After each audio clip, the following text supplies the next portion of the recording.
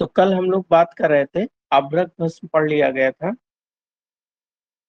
आज हम लोग बात करेंगे वैक्रांत के बारे में।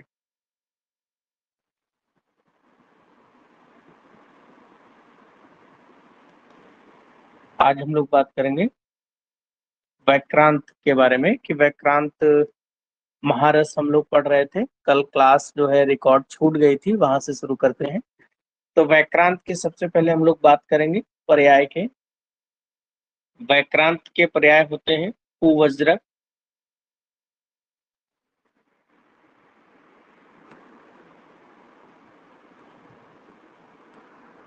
कुवज्रक, क्षुद्र कुलिस,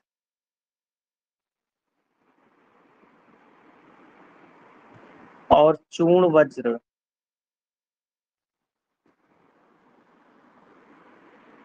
देखो, वैक्रांत जो होता है ये वो हीरा की भस्म बनाई जाती है, डायमंड की जो भस्म बनाई जाती है उसके गुण और वैक्रांत के गुण लगभग सेम होते हैं।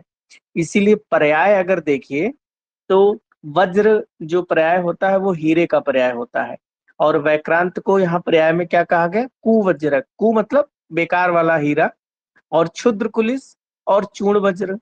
तो गुण तो इसके हीरे के जितने प्रभावशाली तो नहीं होते हैं, लेकिन फिर भी इसके जो गुण कर्म होते हैं वो हीरे के समान ही होते हैं।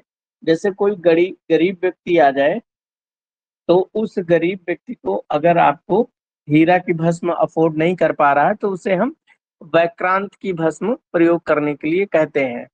इसके गुणकर्म को देखें तो ये आयु, बल और वर्ण यानी कि कलर बढ़ाने वाला,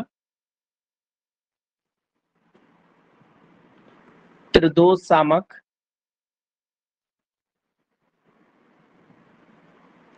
बुद्धिवर्धक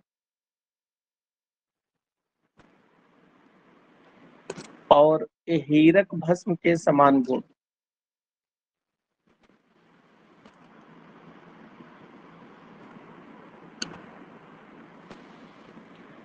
हीरक भस्म के समान जो गुण है, इसको इम्पोर्टेंट लिख लें, क्योंकि ये क्वेश्चन पूछा जा सकता है कि किस भस्म के गुण हीरे के भस्म के समान होते हैं। तो वैक्रांत के कुछ विशिष्ट योग जिसमें वैक्रांत पड़ा होता है, जैसे वसंत कुसुमाकर रस,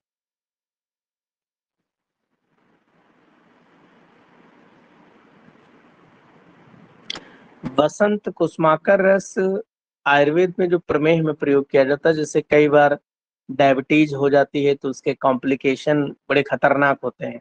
क्योंकि डायबिटीज के जो मुख्य कॉम्प्लिकेशन होते हैं उसमें, यही लिख लें ब्रैकेट में, डायबिटीज मेलाइटस जो होती है, अगर इसके कॉम्प्लिकेशन की बात करें, क्योंकि शुगर की जो बीमारी होती है उसमें मुख्य रोग होता है उसके कॉम्प्लिकेशन का। जैसे कॉम्प्लिकेशन क्या होती है? रेटिनोपैथी। रेटिनोपैथी रेटिनोपैथी का मतलब उसकी आंखें खराब होने लगेंगी। नेफ्रोपैथी, उसके नेफ्रो मतलब किडनी उसकी खराब होने लगेगी, नेफ्रोपैथी। इसके अलावा मायोपैथी, उसकी मसल्स खराब होने लगेंगी। और न्यूराइटिस, न्यूराइटिस यानी कि नर्व उसकी खराब होने लगेंगी। और भी है इसके अलावा कार्डियक, जो दिल की बीमारियां होती हैं, जिसमें मायोकार्ड, क्योंकि किसी होती हैं वो बहुत ही कमजोर हो जाती हैं, इसीलिए कभी भी जिससे वहां पर, जैसे हेमरेज, अगर किसी को ब्रेन हेमरेज हो जाए, जैसे जिनका बीपी बढ़ा होता है और जिनको शुगर की बीमारी होती है, उनको आसानी से हेमरेज हो जाता है, क्योंकि उनकी कैपलरी क्या है, कमजोर हो जाती है और फट जाती है। तो बसंत कुसुमाकर रस आयुर्वेद की ऐसी औषधि है जिसको हम इन सब चीजों में अगर शुगर में प्रयोग करते हैं तो बहुत लंबे समय तक पेशेंट को डायबिटीज के कॉम्प्लिकेशन नहीं होते हैं, लेकिन बहुत ही महंगी दवा होती है, क्योंकि इसमें वैक्रांत पड़ा है, सोना पड़ा होता है, चांदी पड़ा होता है। तो इसलिए बहुत महंगी होती है। इसके अलावा रत्न प्रभावती और काचनाभ्र रस। काचनाभ्र रस ये भी है। रत्न प्रभावती जनरल वीकनेस में प्रयोग करते हैं, और काचनाभ जो है अगर किसी को गांठ वगैरह कहीं पड़ जाए तो उसमें प्रयोग करते हैं। उसके बाद में अगर माक्षिक की बात करें, माक्षिक यानी कि पायराइट, इसके पर्याय देखें। देखिए, माक्षिक के हम लोगों ने दो भेद पढ़े थे। एक होता है स्वर्ण माक्षिक और एक होता है रजत माक्षिक। स्वर्ण माक्षिक इसलिए उसका नाम होता है क्योंकि वो सोने के समान चमकदार होता है। रजत माक्षिक चांदी के समान सफेद रंग के चमकदार होता है, इसलिए उसको रजत माक्षिक कहा जाता है। स्वर्ण माक्षिक को ताप्य, ताप्य सोने का भी पर्याय होता है, और तापीज, तापीज एक नदी होती है, ताप्ती नदी, राप्ती या ताप्ती नदी जो होती है, तो उसी नदी में उत्पन्न होने के कारण से इसका पर्याय तापीज भी होता है। फिर इसका रजत माक्षिक का पर्याय देखें तो तारज, तारज यानी कि चांदी का पर्याय होता है, और सफेद रंग का होता है, इसीलिए इसका एक पर्याय होता है श्वेत माक्षिक। नेक्स्ट इसके गुणकर्म की बात करें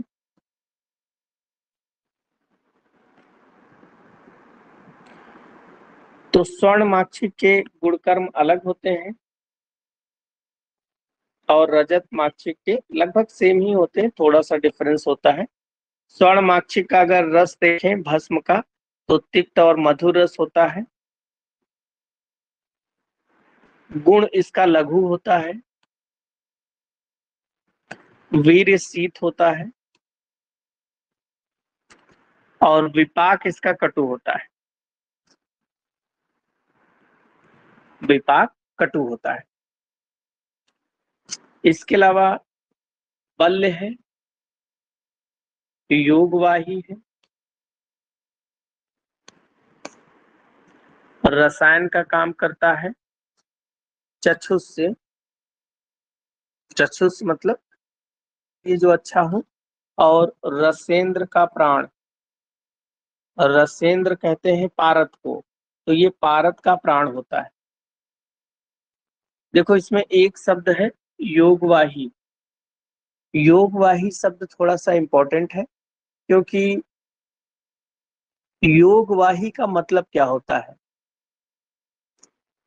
योग जैसे कि किसी को मिलाकर बना हुआ, तो योगवाही का मतलब है जो दूसरे के गुणों को धारण करे, जो दूसरे के गुणों को धारण करे तथा स्वयं के गुणों को न छोड़े। जैसे एग्जाम्पल के रूप में वायु है, घृत है, मधु है, ये सब योगवाही द्रव्य हैं। अब इसमें जैसे इसका एग्जाम्पल वायु देखें, जैसे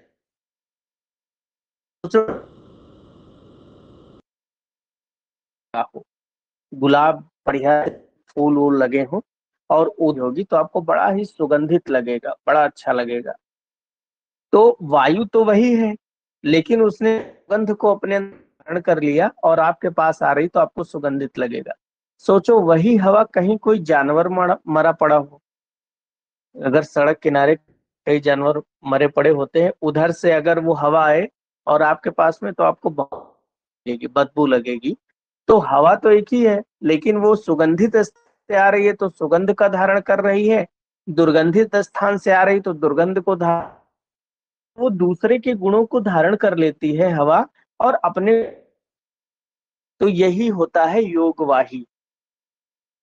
जैसे आयुर्वेद में घी से बहुत सारी औषधियां बनाई जाती हैं, जैसे चितिक्त घृत गुग्गुल है, या च्यवनप्राश वगैरह भी में भी घी पड़ा होता है। बहुत सारे तैल हैं वो घृत में बनाए जाते हैं। तो वो क्या करता है, घी सभी औषधियों के गुण को अपने अंदर समाहित कर लेता है और अपने गुणों को भी बरकरार रखता है। और मधु भी ऐसे करता है। तो ये कहलाते हैं योगवाही। नेक्स्ट है रजत माक्षिक।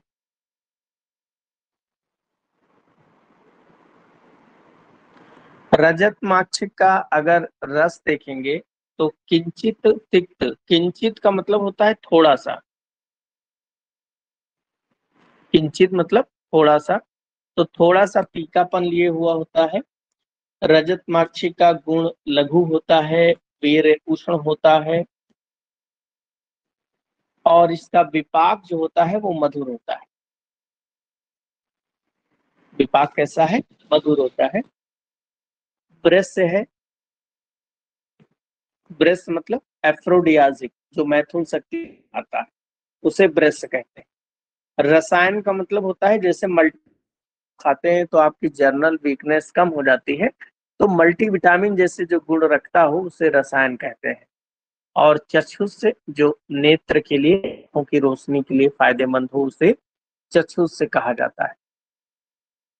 योग देखें, अगर माक्षिक के योग हैं, प्रमुख योग में रजत माक्षिक और स्वर्ण माक्षिक नहीं, माक्षिक इसमें पड़ा होता है।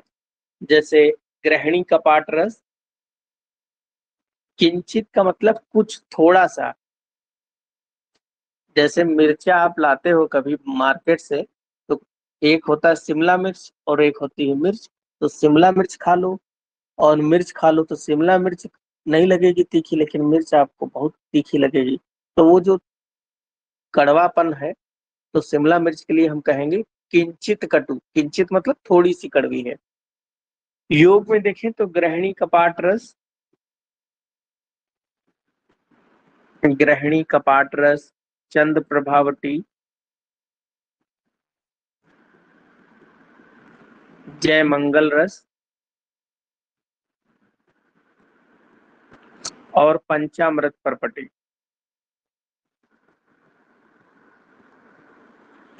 तो परपटी कल्पना के बारे में बताया था कि परपटी कल्पना संग्रहणी प्रयोग करते हैं। संग्रहणी रोग मतलब जैसे कोलाइटिस किसी को हो जाए। संग्रहणी क्या, पेशेंट ऐसे आएंगे, वो आपसे कहें कि डॉक्टर साहब घर में जो कई बार ऐसा होता है मेरे साथ में कि 15 दिन तक मेरा पेट थोड़ा ठीक रहेगा, लगातार 2-4 दिन खराब रहता है। यानी कि ऐसे मरीज जिनमें मल का धीरे धीरे संग्रह होता हो और एक दिन अचानक पेट खराब हो जाए, तो ये संग्रहणी रोग है, जो कि कोलाइटिस या आईबीएस, इन्फ्लेमेटरी बाउल सिंड्रोम या इरिटेबल बाउल सिंड्रोम, ये मानसिक रोग भी होता है। कई बार ऐसा होता है कि किसी का एग्जाम होने जा रहा है या कोई एंजाइटी, ऐसे प्राइवेट में काम कर रहा है, लगातार उसके ऊपर वर्कलोड है, पेट खराब रहने लगता है, तो वो इरिटेबल बाउल सिंड्रोम है। और उस कारण से उसको पेट खराब रहता है, तो आप पंचामृत परपटी, तो परपटी कल्पना का प्रयोग करते हैं। ग्रहिणी एक रोग है आयुर्वेद में। ग्रहण अगर देखा जाए तो ब्रैकेट में ये पॉइंट भी लिख लेना, एक होता है शब्द ग्रहणी, एक शब्द होता है ग्रहणी दोष, और एक होता है ग्रहणी रोग। ग्रहणी क्या है, आमाशय पक्वाशय मध्य, आमाशय पक्व होता है, उसको ग्रहणी कहा जाता है। वैसे ड्यूडेनम, वैसे आमाशय पक्वाशय मध्य पूरा इंटेस्टाइन वाला पोर्शन होता है, लेकिन चूंकि ग्रहणी को हम ड्यूडेनम, तो ग्रहणी क्या है, ये एनाटॉमिकल स्ट्रक्चर है, एनाटॉमिकल स्ट्रक्चर, उसको ग्रहणी कहते हैं। ग्रहणी दोष क्या होता, तो ग्रहणी में रहने वाला दोष, ग्रहणी में रहने वाला दोष, तो ग्रहणी में कौन सा दोष पित्त दोष रहता है। चूंकि गृहिणी को षष्ठी पित्त धरा कला नाम या कला प्रकृतता, तो छठवीं पित्त धरा कला जो पित्त का धारण करता है। और गृहिणी रोग दोष के प्रकोप के कारण से जो रोग होता है उसे गृहिणी रोग कहा जाता है। गृहिणी रोग में कई बार पका हुआ मल आता है, मुहुर्बद्धम मुहुर्द्रवम, इसका एक लक्षण होता है मुहुर्बद्धम, यानी कभी कभी बंधा हुआ मल आता है और कभी कभी लिक्विड यानी कि जैसे डायरिया हो जाता है उस तरह का मल आता है, तो उसे हम गृहिणी रोग कहते हैं। तो गृहिणी कपाट रस वहां प्रयोग होता है। इसमें जयमंगल रस जो लिखा है ये बड़ा इंपॉर्टेंट है। वैसे जयमंगल रस अगर किसी को बुखार नहीं उतर रहा है, बहुत लंबे समय से फीवर बना हुआ है, ऐसी कंडीशन में उसे जयमंगल रस प्रयोग कराएं। महंगा क्योंकि सोना भी इसमें पड़ा हुआ होता है, तो उसका फीवर ठीक हो जाता है। नेक्स्ट देखें विमल के बारे में। विमल को हम लोग आयरन पायराइड या Fe2S3 बोलते हैं। विमल के पर्याय नहीं बताए गए हैं, सीधे इसके गुणकर्म की बात करें तो विमल के जो गुणकर्म है, इसके गुण देखें तो स्निग्ध और गुरु, यानी कि चिकनाई होती है भस्म, और गुरु मतलब थोड़ी सी हेवी होती है, भारी होती है। ये भी वृक्ष से होता है और रसायन की तरह इसका प्रयोग किया जाता है। वात पित्त सामक होता है। अगर इसके योग की बात करें तो नवरत्न राज मृगांक रस, इसका नाम नवरत्न राज मृगांक रस इसलिए है क्योंकि इसमें नवरत्न, आयुर्वेद में रत्न जो है 9 बताए गए हैं। उस मुक्ता है, माक्षिक, विमल है, तो ये सारे जो रत्न है 9 के 9, वो सभी उनकी भस्म पड़ी है, इसीलिए नौ रत्न राज मृगांक रस। जनरल वीकनेस या नर्व से संबंधित कोई समस्या है तो वहां प्रयोग करते हैं। केसरी रस ट्यूबरक्लोसिस में प्रयोग करते हैं। और रसेंद्र चूड़ामणि ये भी ट्यूबरक्लोसिस में प्रयोग करते हैं।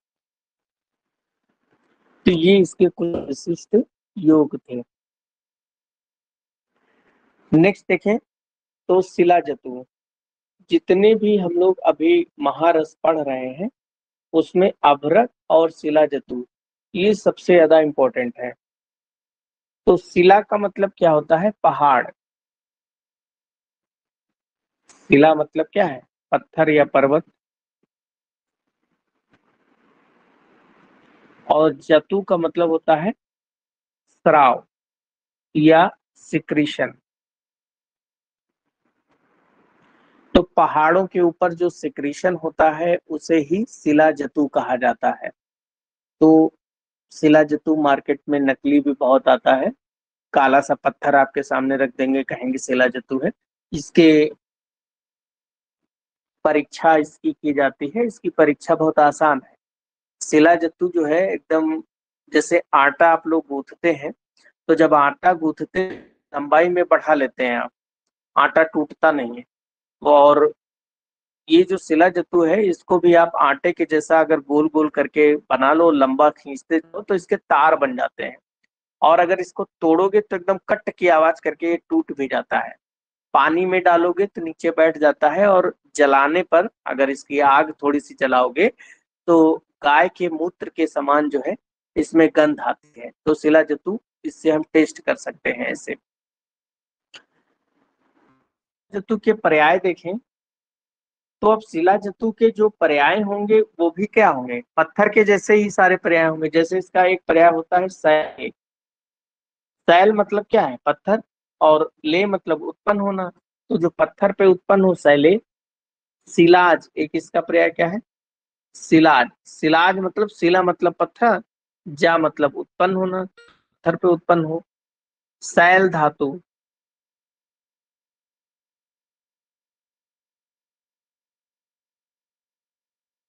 अस्मज मतलब अस्म का मतलब पत्थर ही होता है।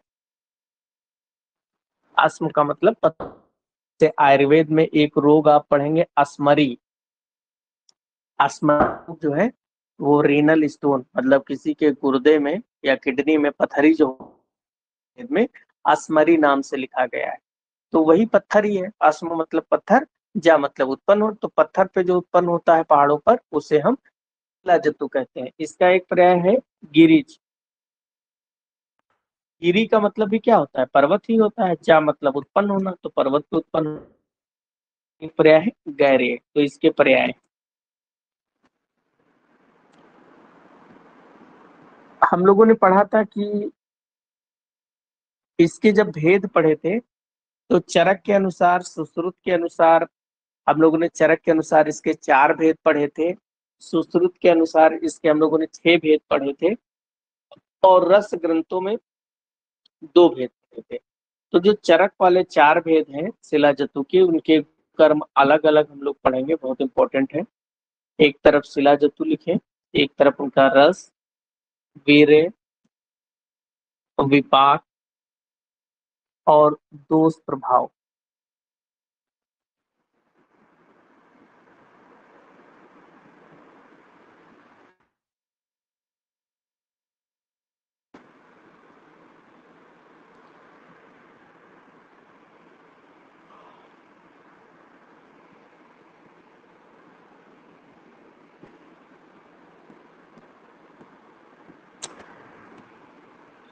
शिला जतु में स्वर्ण शिला जतु, शिला जतु जो होता है इसको हम लोग हेम शिला जतु भी कहते हैं। गर्भ, हेम का मतलब होता है सोना, तो गर्भ शिला जतु भी कहते हैं। इसका रस जो है वो मधुर है, वीर इसका शीतल है, विपाक इसका कटु है।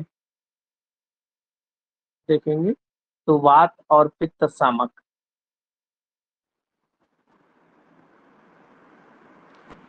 दूसरा जतु है, ये तिक्त रस वाला शीत वीर्य है, विपाक इसका मधुर है और पित्त कफ सामक।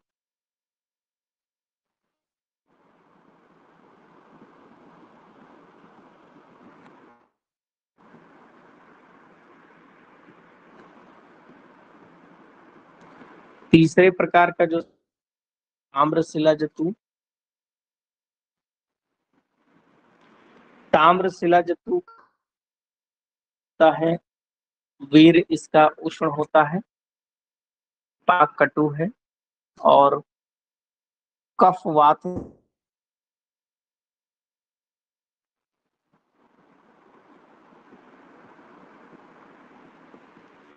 नंबर 4 ल होता है,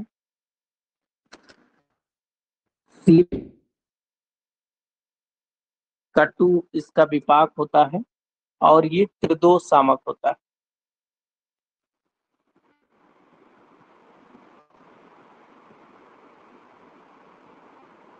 ये त्रिदोष सामक है। बहुत आसान है इस टेबल को याद करना। देखो सारे शिला जतु, पहले रस वाले कॉलम में आओ और यहाँ देखो सारे शिला जतु जो है उनका रस तिक्त होता है, केवल जतु जो होता है उसका रस मधुर। फिर वीर्य वाले कॉलम में आओ, यहाँ देखो सारे वीर्य शीत होता है, केवल शिला जतु जो है उसका वीर्य उष्ण हो। वैसे विपाक वाले कॉलम में आओ, सभी शिला जतु जो होते हैं कटु विपाक वाले होते हैं, लेकिन ताम्र शिला जो होता है, सॉरी रजत शिला, रजत शिला जतु चांदी की तरह वाला, इसका विपाक मधुर होता है। यही क्वेश्चन आपसे पूछ सकता है, एक्सेप्शन वाले क्वेश्चन ही पूछे जाते हैं।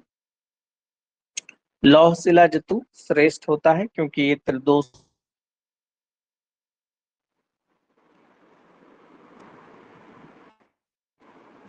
इसके अगर प्रमुख योग की बात करें शिला जतु के,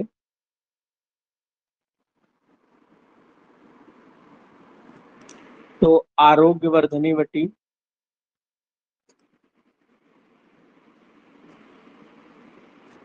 चंद्र प्रभावटी, शिला जत्वादि लौह,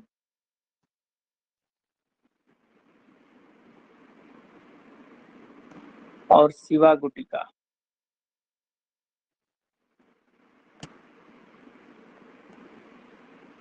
शिवा गुटिका।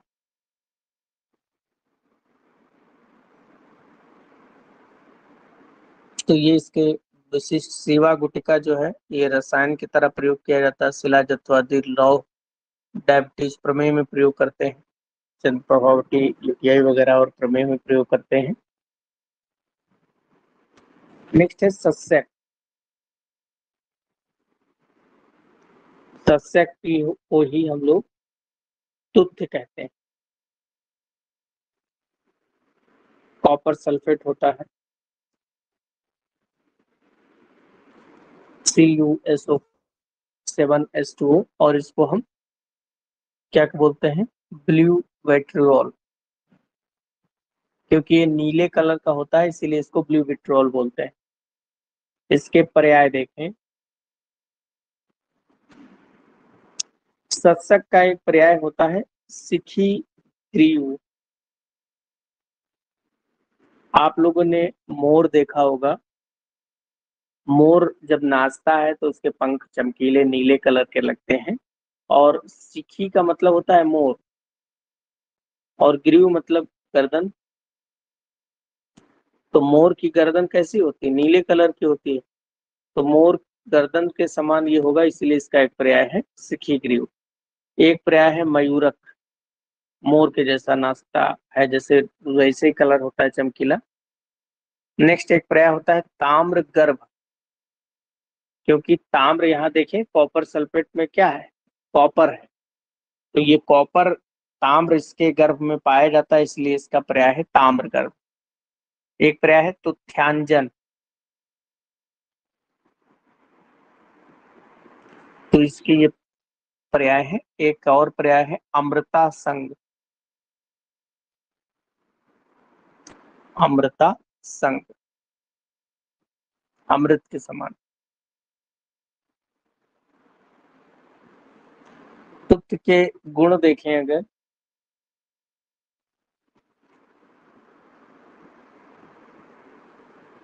आवाज आ रही ना आज की, पता चले कल की तरह हो जाए। तो बच्चों आवाज आ रही ना,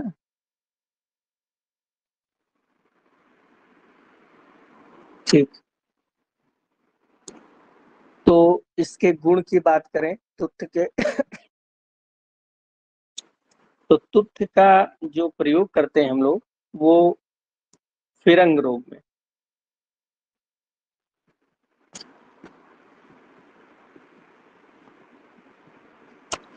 फिरंग, फिरंग रोग क्या होता है, 16वीं शताब्दी में आचार्य भाव प्रकाश ने जब अंग्रेज और सबसे पहले इंडिया में व्यापार करने के लिए डच आए, जो डच थे नीदरलैंड वाले, वो व्यापार करने के लिए आए। उसके बाद अंग्रेज अपने यहाँ व्यापार करने के लिए आए, फिर अपना देश गुलाम बना लिया।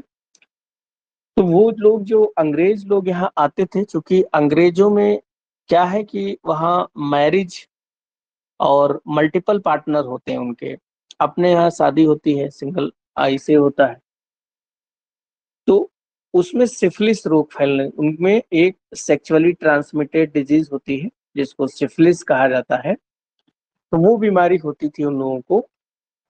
तो चूंकि वो बीमारी फिरंगी, फिरंगियों के कारण यहाँ से आई, इसीलिए इसको हम कहते हैं फिरंग रोग।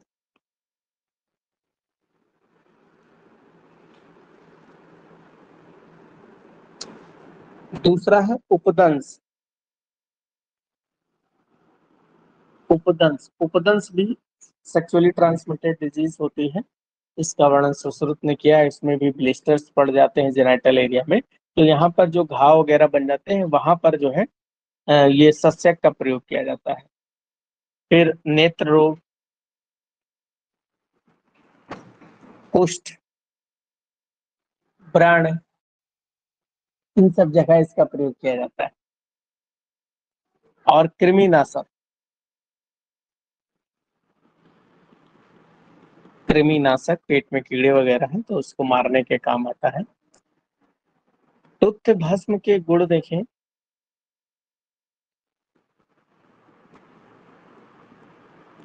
देखो ऊपर जो गुण बताए हैं ना वो भस्म के, उसका जो तुत्य का पानी बनाया जाता है जैसे बीटाडीन सोल्यूशन है, उस तरीके का अगर सोल्यूशन बनाया जाता है तो उसका प्रयोग किया जाता है बाह्य रूप से, अभ्यंतर रूप से प्रयोग नहीं है। तो उसमें ब्लिस्टर्स बन जाते हैं, वहां पर प्रयोग किया जाता है। अच्छा, तुत्य भस्म के जो गुण हैं, जब इसकी भस्म बनाते हैं तो इसका रस कटु, कसाय और मधुर होता है। कटु, कसाय और मधुर, और क्षारीय गुण युक्त, क्षारीय गुण युक्त होता है। इसका गुण क्या है? लघु, हल्का होता है, वीर उष्ण है, और विपाक इसका कटु है। विपाक इसका कटु।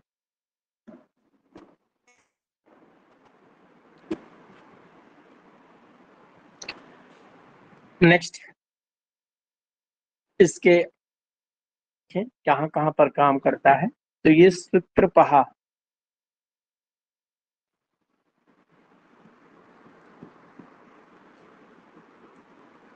सूत्रपहम, इस सूत्र कहते हैं विटिलगो या ल्यूकोडर्मा, या इसको बोलते हैं सफेद दाग। तो यहाँ पर इसका प्रयोग किया जाता है, मतलब इसको दूर करने के लिए। त्रिमिग्न है, चक्षुष से, आंखों के लिए जो अच्छा हो। संकोच कर, संकोच कर, संकोच का मतलब क्या है? जैसे आपका कहीं पर कट जाए और कटने पर या वहां पर थोड़ा सा नमक लगा दो, कट जाए या जहां जल जाए वहां नमक लगाओ तो देखो स्किन वहां की सिकुड़ जाती है। तो ये भी बना के वहां लगाते हैं टूथे का, तो वो सिकुड़ जाती है स्किन, इसको बोलते हैं संकोच कर। इससे क्या फायदा होगा? जैसे कई बार ल्यूकेरिया हो जाता है फीमेल्स में, तो ल्यूकेरिया में क्या होता है ना, सिक्रीशंस बहुत ज्यादा होते हैं। तो जब ये सोल्यूशन की उत्तर बस्ती लगाया जाता है तो वहां पर स्किन जो है सिकुड़ जाएगी, म्यूकोसा जो है सिकुड़ जाएगी, जिसके कारण से एक्सेस म्यूकस, जो बहुत ज्यादा म्यूकस बाहर निकलता है या वाटरी सेक्रेशन होता है, वो संकोच कर वहां पर काम करेगा। नेक्स्ट है नाड़ी, मतलब नर्व वाला, त्वक दोष हर, स्किन के जो रोग सर उसको दूर करने वाला। गर्भ विषनाशक, गर्भ विषनाशक क्या होता है? गर्भ विषनाशक का मतलब होता है, कई बार ऐसा होता है कि आपके शरीर में कोई पॉइजन है या आपने कुछ उल्टा सीधा खा लिया, तो तुरंत इफेक्ट नहीं करता है। जब आकाश में बादल आ जाए या पानी बारिश होने लगे या ठंड आ जाए, तो जब शरीर को उस विष को फैलने के अनुसार जब वातावरण मिल जाता है तो वो विष शरीर में फैलता है। ऐसी कंडीशन गर्भ विष कहा जाता है। तो गर्भ विष क्या हो गया? वो विष जो उस समय के बाद फैलता है शरीर में, उसे बोलते हैं गर्भ विष। तो ये इसको नष्ट करता है। इसके प्रमुख योग देखें।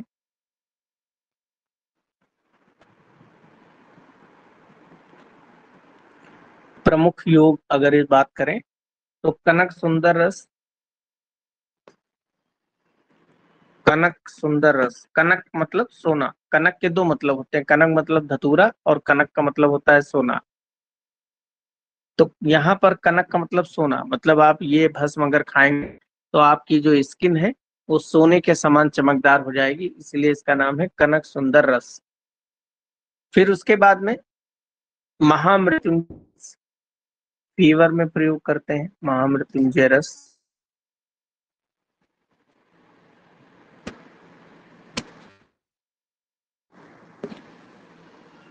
महामृत्युंजय रस, जात्यादि तैल। जात्यादि तैल बड़ा इंपॉर्टेंट है, बीटाडीन सोल्यूशन से बड़ा अच्छा काम करता है। हम नहीं करेगा जितना अच्छा अगर किसी के घर में चोट लग जाए, कट जाए, इन सब जगह जो है तो बहुत जल्दी वुंड हीलिंग हो जाती है। वैसे आयुर्वेद में इसको बताया है, अर्स मतलब पाइल्स में परिकर्तिका, परिकर्तिका कहते हैं, फिसर जो हो जाता है, बहुत ही पेनफुल कंडीशन।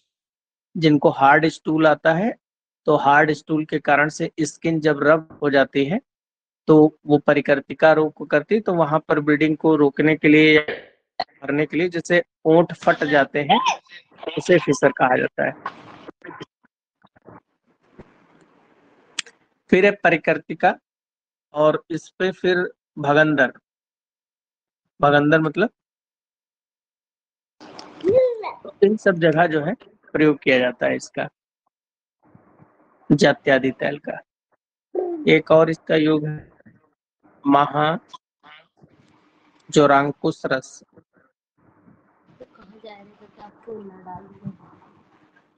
महा रस, जिसका माइक ऑन है, माइक ऑफ कर लो, वरना आपके बच्चे की और आपकी जो बातचीत है वो सब रिकॉर्ड हो जाएगी, फिर दूसरे लोग उसे सुनेंगे। है ना, आप लोग अपना ऑफ करो।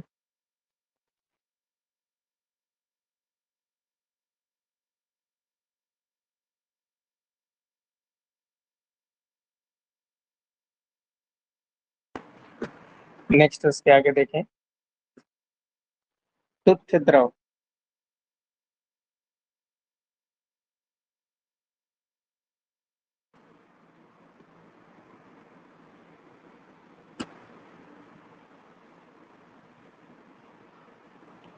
तुथ द्रव,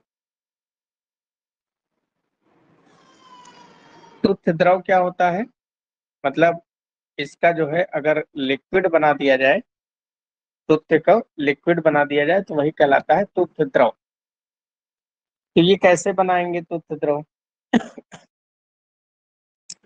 तुथ द्रव बनाने के लिए हमको 2 से 4 रत्ती तुथ लेना है।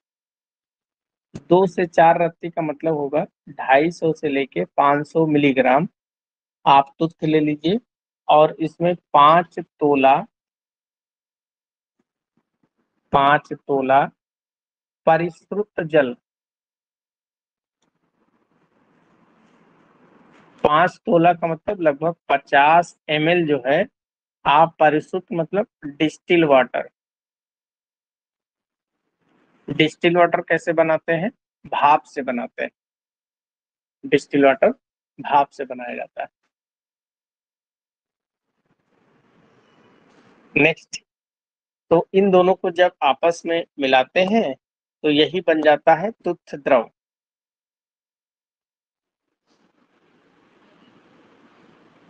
यही बन जाता है तुथ द्रव।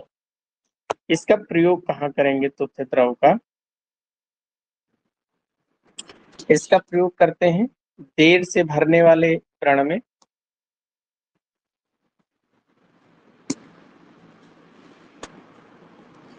देर से भरने वाले व्रण जहां पर हीलिंग बहुत पुअर हो, दुर्गंध युक्त व्रण,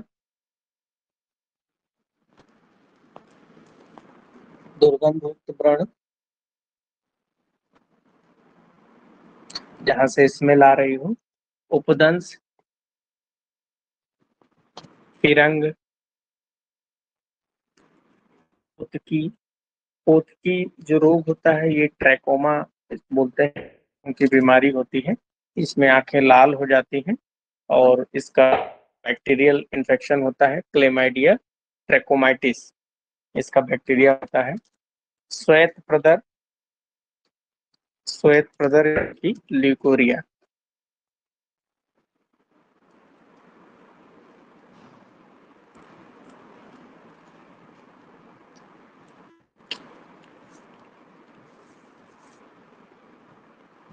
नेक्स्ट एक और ऐसे जैसे द्रव बनाया है, इसी तरह मलहर भी बनाते हैं, जिसको बोलते हैं तुथ अमृत मलहर।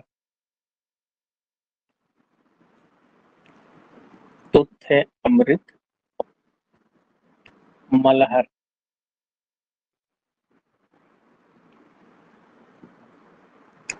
इसको बनाने के लिए आपको क्या करना है, 20 रत्ती तुथ चूर्ण लेना है। 20 रत्ती का मतलब हो गया लगभग 2 ग्राम। एक रत्ती 125 मिलीग्राम के बराबर होती है। एक रत्ती इक्वल टू 125 मिलीग्राम। तो यहाँ 20 से मल्टीप्लाई कर लें। साथ ही में आपको 10 तोला यानी कि लगभग 100 ml के करीब में सिक्त तैल लेना है। सिक्त तैल मतलब मोम वाला तैल लेना है, जिसमें मोम वगैरह पड़ा होता है और कुछ औषधियों से सिद्ध किया गया हो। इसको क्या करना है, सिंपल सा आपको खरल लेना है। खरल में इसको डालकर मर्दन करें।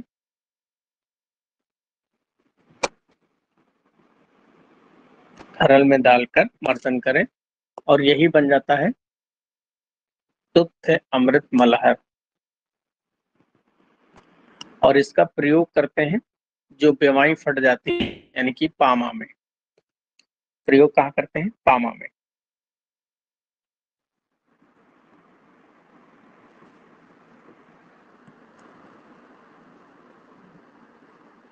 नेक्स्ट है, एक शब्द होता है हु नाग सत्तु।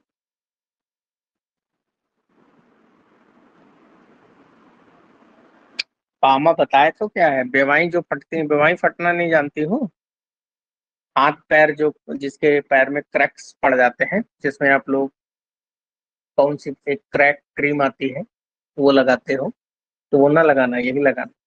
वही जो एड़ियां फट जाती ना, फटी हुई एड़ियों को सुंदर बनाए, तो वही है पामा।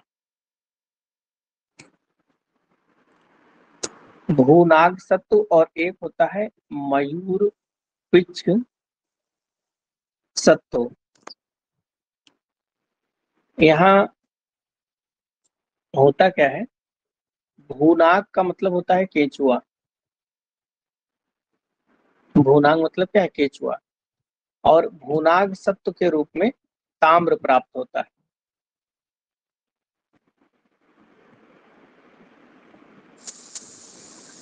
और मयूर पिच्छ जो है, उसके में भी जो है ताम्र प्राप्त होता है। माइक ऑफ रखो, आपके घर में सीटी लग रही है, उसको भी सुनाई पड़ रहा है।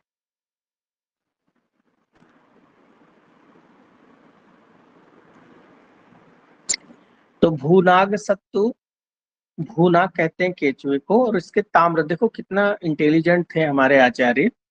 केचुआ जो होता है, जैसे आप लोगों के खून जो पाया जाता है, आपके ब्लड में हीमोग्लोबिन होता है जिसमें आयरन होता है। जबकि जो केचुआ होता है, उसका जो खून होता है, उसके में जो हीमोग्लोबिन होता है उसमें आयरन नहीं होता है, उसमें कॉपर होता है।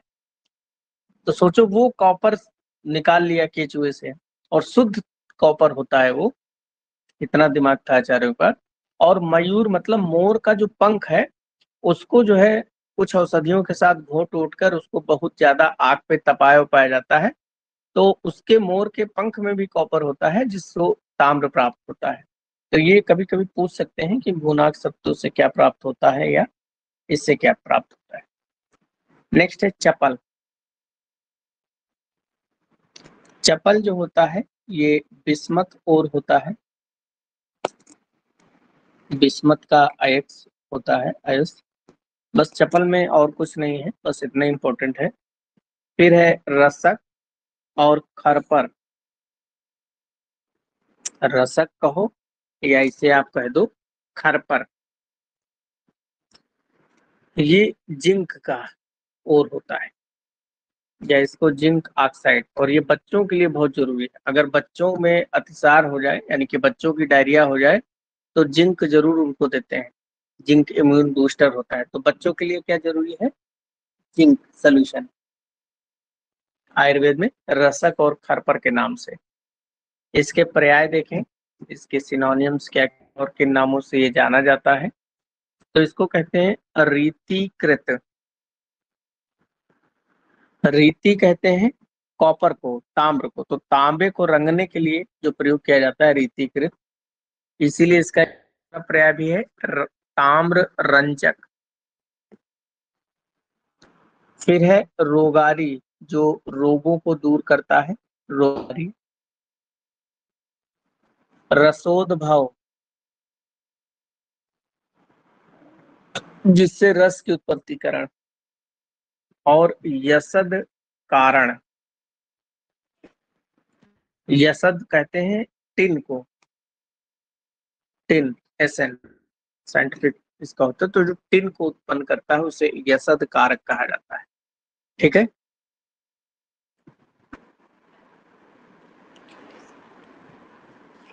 इसके गुण कर्म देखें तो रस में कटु कसाय,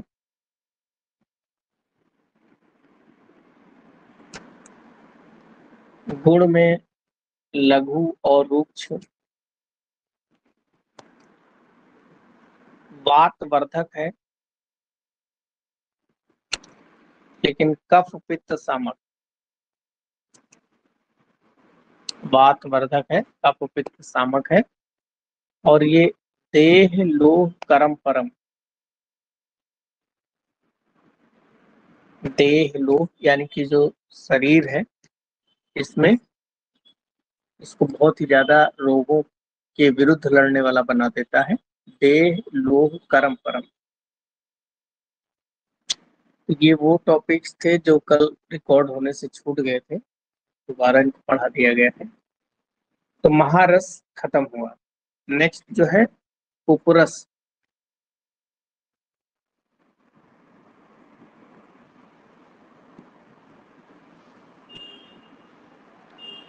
उपरस के बारे में देखेंगे।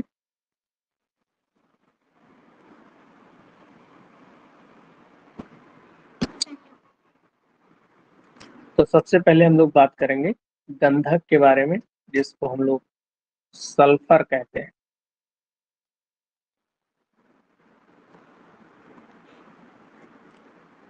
सल्फर के पर्याय देखें, बहुत ज्यादा पर्याय हैं इसके, क्योंकि जो आयुर्वेद में सल्फर का प्रयोग किया जाता है, सल्फर होता है एंटी फंगल। सल्फर क्या होता है? एंटी फंगल होता है।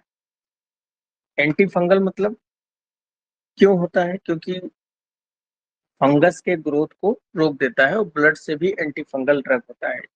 तो ये आयुर्वेद में ये मान चलो कि फिनकोलाजोल है। तो इसके पर्याय वैसे ही होंगे जैसे इसका पर्याय है पामारी। पामारी, तो इसमें दो शब्द होते हैं, एक होता है पामा और एक होता है अरी। अरी का मतलब होता है शत्रु, और पामा मतलब जो भी बताया था, बेवाई फट जाती है जो पैर में, तो उसका शत्रु है, यानी कि वो जो पैर फट रहे थे उनको ठीक करेगा, इसीलिए इसका पर्याय क्या है? पामारी। बलि और बलिवसा, जो राजा बलि थे संभवतः उन्हीं के मांस से इसकी उत्पत्ति हुई, इसीलिए इसको बलि और बलिवसा।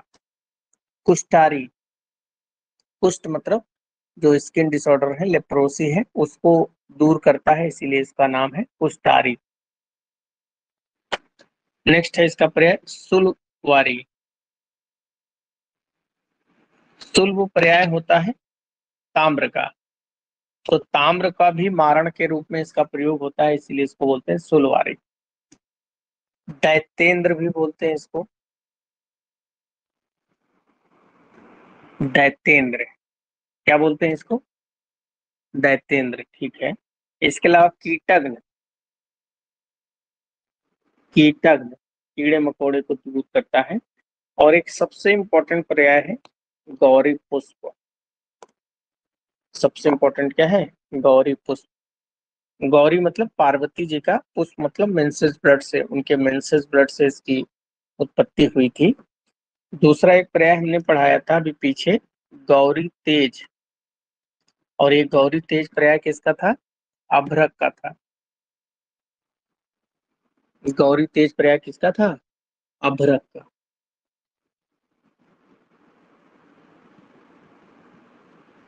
तो ये इसके कुछ इंपॉर्टेंट प्रयाग थे।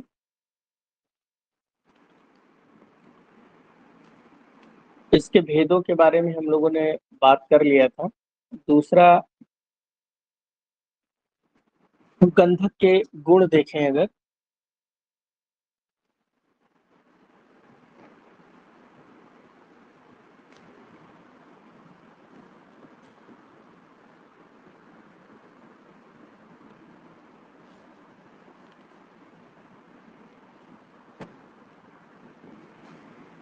तो गंधक का प्रयोग जो है, जितने भी स्किन डिसऑर्डर हैं, त्वचा वाले रोग जितने हैं, वहां पर इसका प्रयोग करते हैं। ये भस्म के अगर गुण की बात करें तो पहले बात करते हैं रस वगैरह क्या होता है। तो रस इसका क्या है? कटु है। गंधक का रस कटु है, तिक्त है और कसाय। तो तीन रस है इसका, कटु तिक्त कसाय। गुण इसका सर है, सर मतलब बाहर निकालने वाला। वीर उष्ण है और विपाक इसका मधुर है।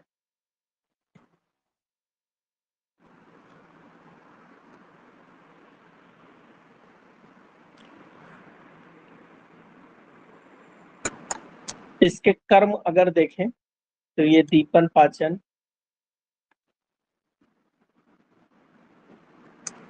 विषग्न होता है, जंतु अग्न यानी कि कीड़े मकोड़ों पेट में हो तो उसको मारने का काम आता है, कृमिघ्न होता है,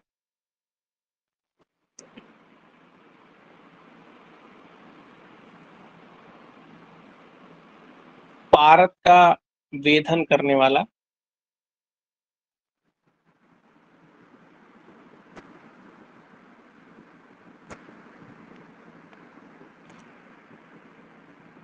पारत का वेधन करने वाला मतलब पारत जो होता है बड़ा चंचल होता है। तो उसको बांध, देखिए जितनी भी रसशास्त्र की औषधियां अगर आप पढ़ेंगे तो देखेंगे उनका बेस पारत गंधक ही होता है, क्योंकि पारत को गंधक बांध देता है, इसीलिए इसको पारत का वेधन करने वाला।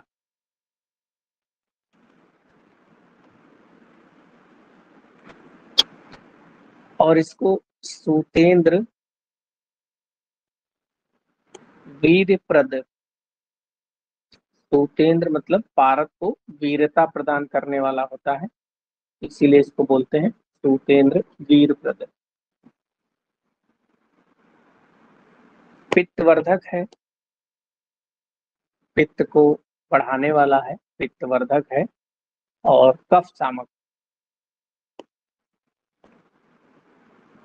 कफ वातहर है।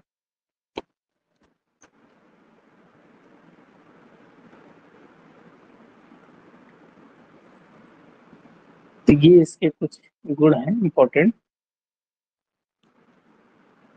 गंधक सभी उपरसों में श्रेष्ठ माना जाता है। और इसका प्रयोग करने से गंधक का आंखें जो है गिद्ध के समान हो जाती है, ये भी लिख लें। दृढ़ अच्छी तुल्य। तो गंधक सेवन से आंखें जो होती हैं वो गिद्ध के समान तेज हो जाती है, क्योंकि गिद्ध जो होता है उसको माना जाता है कि आंखें सबसे तेज होती है।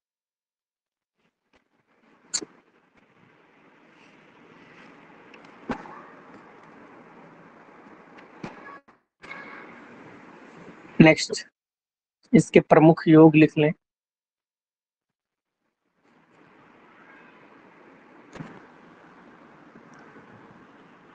तो गंधक के प्रमुख योग में कज्जली,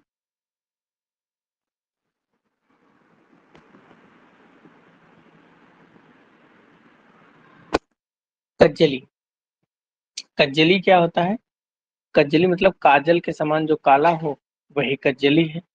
तो इसमें केवल आपको करना क्या है कि पारद और गंधक को लेकर खूब ज्यादा घोटना है, जिससे कजली बन जाती है।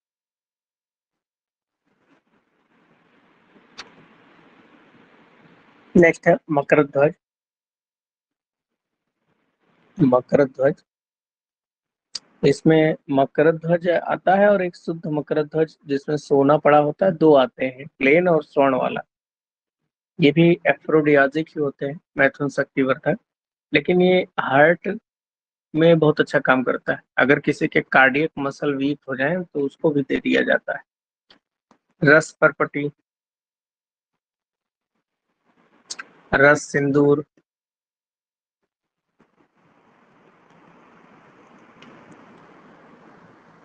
तो ये कुछ विशिष्ट योग। नेक्स्ट है गैरिक, और इसको बोलते हैं आर्चर। गैर, जो गेरू होता है उसे ही गैरिक, गेरू सुने होंगे कई बार, जो है गांव वगैरह में पहले अगर किसी को पित्ती उछल जाती थी तो उसके पूरे शरीर में गेरू का लेप लगा दिया जाता था, तो उससे उसके पित्ती में थोड़ा सा शांति आ जाती थी। फिर इसके पर्याय देखें।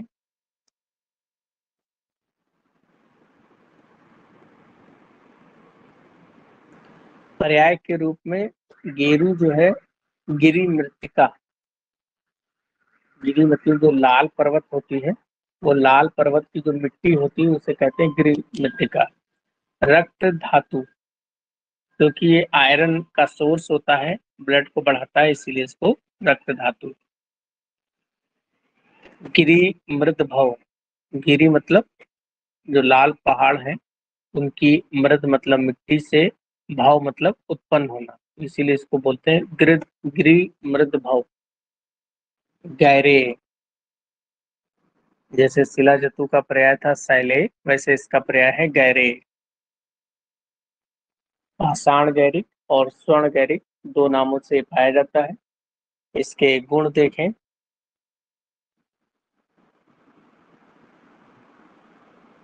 रस में मधुर, रस में मधुर और कसाय। गुण में स्निग्ध, गुण में स्निग्ध। वीर में शीतल होता है ये, वीर में शीत होता है। नेत्र के लिए हितकारी होता है,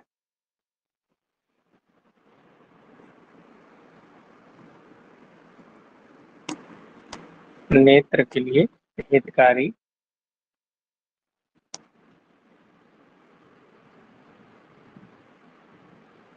रक्त पित्त नाशक,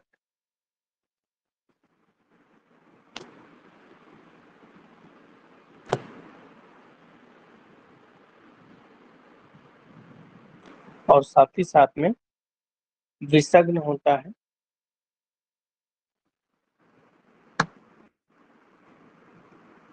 विषनाशक भी होता है। कंडूहर होता है, खुजली को दूर करता है। और उदरतनाशक,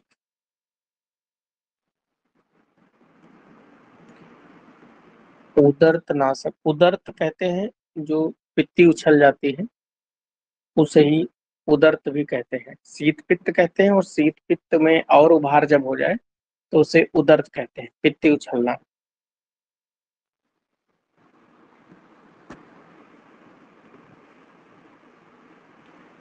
प्रमुख योग इसके देखें।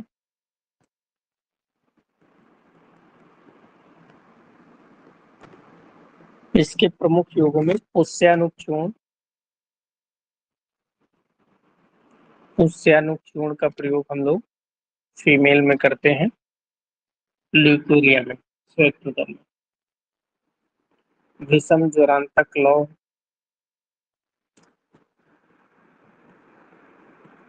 विषम ज्वरांतक लौह। ईरी में दादी तैल,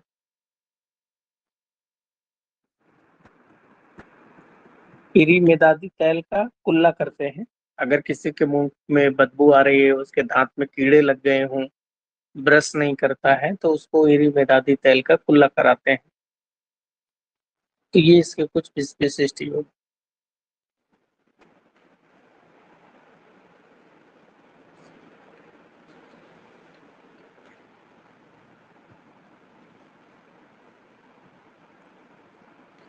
नेक्स्ट देखें कासीस।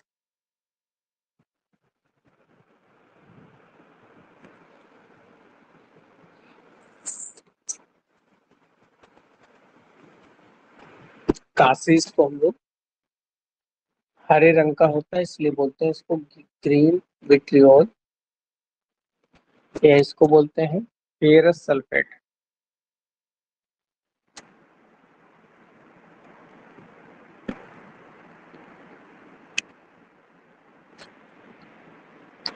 FeSO4.7H2O।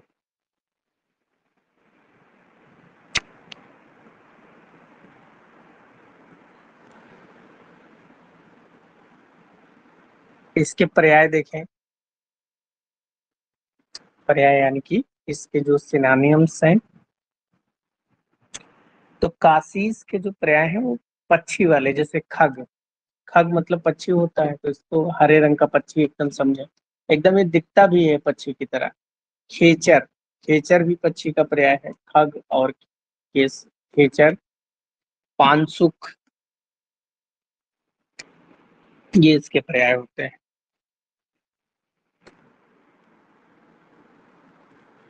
इसके गुण कर्म देखें।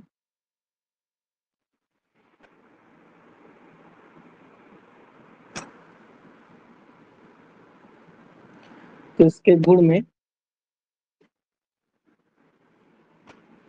रस में अम्ल तिक्त, अम्ल तिक्त और कषाय। वीर इसका पूछ रहा हूँ।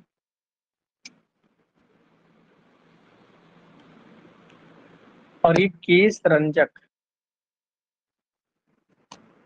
केश रंजक, अगर किसी को बाल अपने डाई करने हो, तो बाल डाई करने के लिए इसका प्रयोग किया जाता है, केश रंजक। क्या है? केश रंजक। फिर उसके बाद में वात कफ हर। वात श्लेष हर।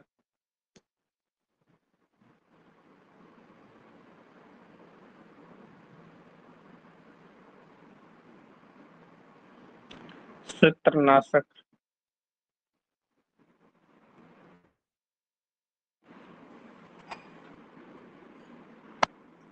पांडुनाशक, क्योंकि आयरन होता है इसलिए पांडुनाशक। प्लीहा रोगनाशक भी है। प्लीहा रोगनाशक, प्लीहा बोलते हैं स्प्लीन को, तो स्प्लीनोमेगैली में भी इसका प्रयोग करते हैं, प्लीहा रोगनाशक। तो इसमें लौह वाले सभी गुण पाए जाते हैं।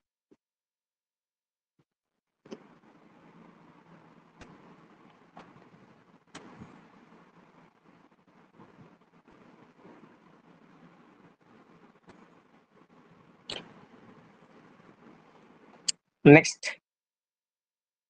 एक होता है कासीस द्रव। जैसे हम लोगों ने पीछे पढ़ा था तुथ द्रव, वैसे ही होता है कासीस द्रव। इसमें क्या करना है, 5 रत्ती आपको कासीस लेना है। 5 रत्ती शुद्ध कासीस, और इसमें आपको मिला देना है 2.5 तोला के करीब में परिश्रुत जल, डिस्टिल वाटर। इन दोनों को मिलाने के बाद में आसानी से इसको घोल बना लें, तो यही तैयार हो जाता है कासीस द्रव।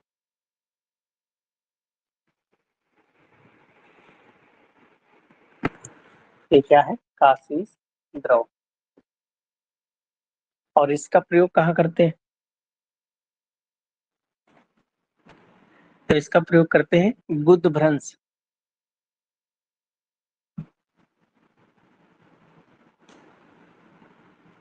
तो इसमें इसका प्रयोग भी लिखें, गुदभ्रंश। गुदभ्रंश में होता है रेक्टल प्रोलैप्स, यानी किसी को पाइल्स के बाद में अगर उसकी एनस जो है वो बाहर की तरफ आ जाती है तो उसे कहते हैं गुदभ्रंश। ये कासीस से एक तैल भी बनाया जाता है जो काटता है, मतलब ये अगर एक्सेस मांस कहीं बढ़ जाता है तो काटने का भी काम करता है, तो वहां पर इसका प्रयोग करते हैं गुदभ्रंश। प्रमुख योग देखें इसके,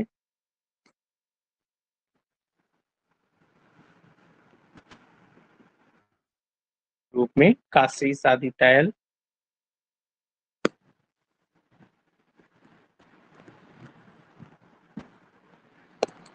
कासीस आदि तैल, रजा प्रवर्तनी वटी।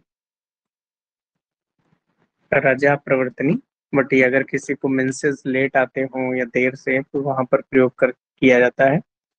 और त्रारी रस, ठीक है, तो ये इसके कुछ विशिष्ट योग। नेक्स्ट लिखें स्फटिका।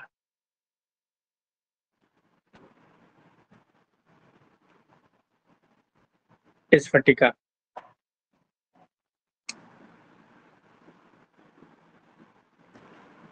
पोटास एलम कहते हैं इसे, पोटास एलम। और ये जब आप लोग इंटर में रहे होंगे तो ये फार्मूला खूब याद करते होंगे, K2SO4 Al डॉट Al2SO4 का होल थ्राइस और 24H2O। तो जिसको ये याद हो जाता था अपने आप को बुद्धिमान मानता था, तो अभी भी आप इसको याद करिए। इसके पर्याय बहुत इंपॉर्टेंट है। इसका एक पर्याय है कांची। कांची एक्चुअली में जो फिटकरी होती है वो गुजरात में मुख्य रूप से पाई जाती है। और गुजरात को क्या कहते थे? सौराष्ट्र कहते थे। गुजरात का पहले नाम क्या था? सौराष्ट्र। तो इसीलिए इसको बोलते हैं सौराष्ट्रजा। सौराष्ट्रजा यानी कि सौराष्ट्र यानी गुजरात की मिट्टी से उत्पन्न होने वाला सौराष्ट्रजा इसको कहते हैं। इसके अलावा इसको बोलते हैं सौराष्ट्र मृत्तिका, यानी गुजरात की मिट्टी, सौराष्ट्र मृत्तिका। तुवरी भी इसका एक पर्याय होता है। तुवरी मतलब कसाइला। तो फिटकरी अगर कभी मुंह में लग जाए तो एकदम कसैली कसैली होती है, मुंह एकदम आपका खराब कर देता है, इसलिए तुवरी। शुभ्रा सफेद रंग की होती है, इसलिए इसका एक पर्याय है शुभ्रा। और ये रंगने के काम आती है, इसलिए इसका पर्याय है रंगदार। रंग पक्का कर देता है, अगर कपड़ों पे रंग चढ़ाया जाता है तो ये उसके रंग को पक्का कर देता है, इसलिए इसका एक पर्याय है तृण रंगा, जो रंग को पक्का करे। रंगदात्री। तो ये फिटकरी के कुछ पर्याय हैं।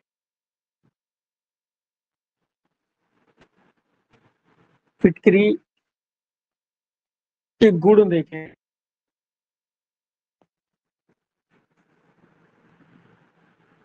तो कसे रस में कसाय है, रस इसका कसाय, कटु अम्ल, कसाय कटु अम्ल,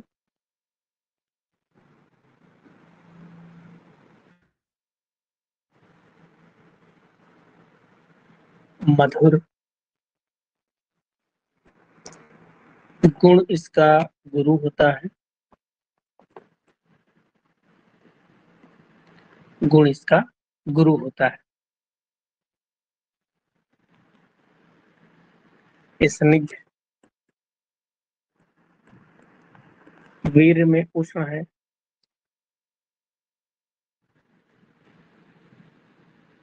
वीर में और बाह्य प्रयोग से ये भी संकोच कर, जैसे कुछ लोग शेविंग करते हैं, घर में दाढ़ी वगैरह बनाते हैं तो बाद में फिटकरी लगाते हैं अगर ब्लड वगैरह आ जाता है, तो वहाँ स्किन को ये क्या करता है, कैपिलरी को संकोच कर देता है, जिससे खून निकलता है।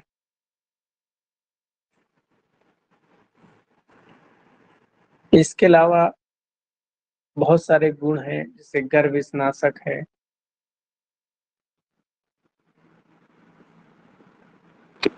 स्वित रोगनाशक,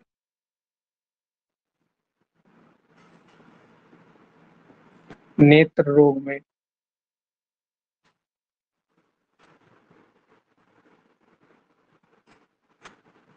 रक्तस्राव रोधक,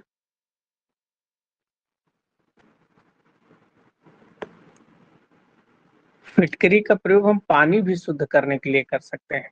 पानी शुद्ध करने के लिए कैसे करते हैं कि पानी गंदा हो और उसमें फिटकरी को दो 1-2 चम्मच डाल के उसको हिला दो, या फिटकरी को कैसे ऐसे पकड़ के हिला दो तो जो हेवी बालू मिट्टी कंकड़ ये सब होते हैं वो सब नीचे बैठ जाते हैं, तो इससे पानी भी शुद्ध कर सकते हैं।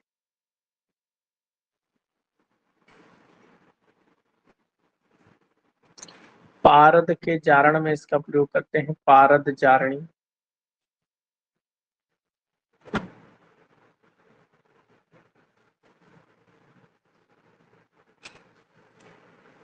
ये कुछ इसके इतने ही इम्पोर्टेंट। एक और लिख लें, योनि संकोचक।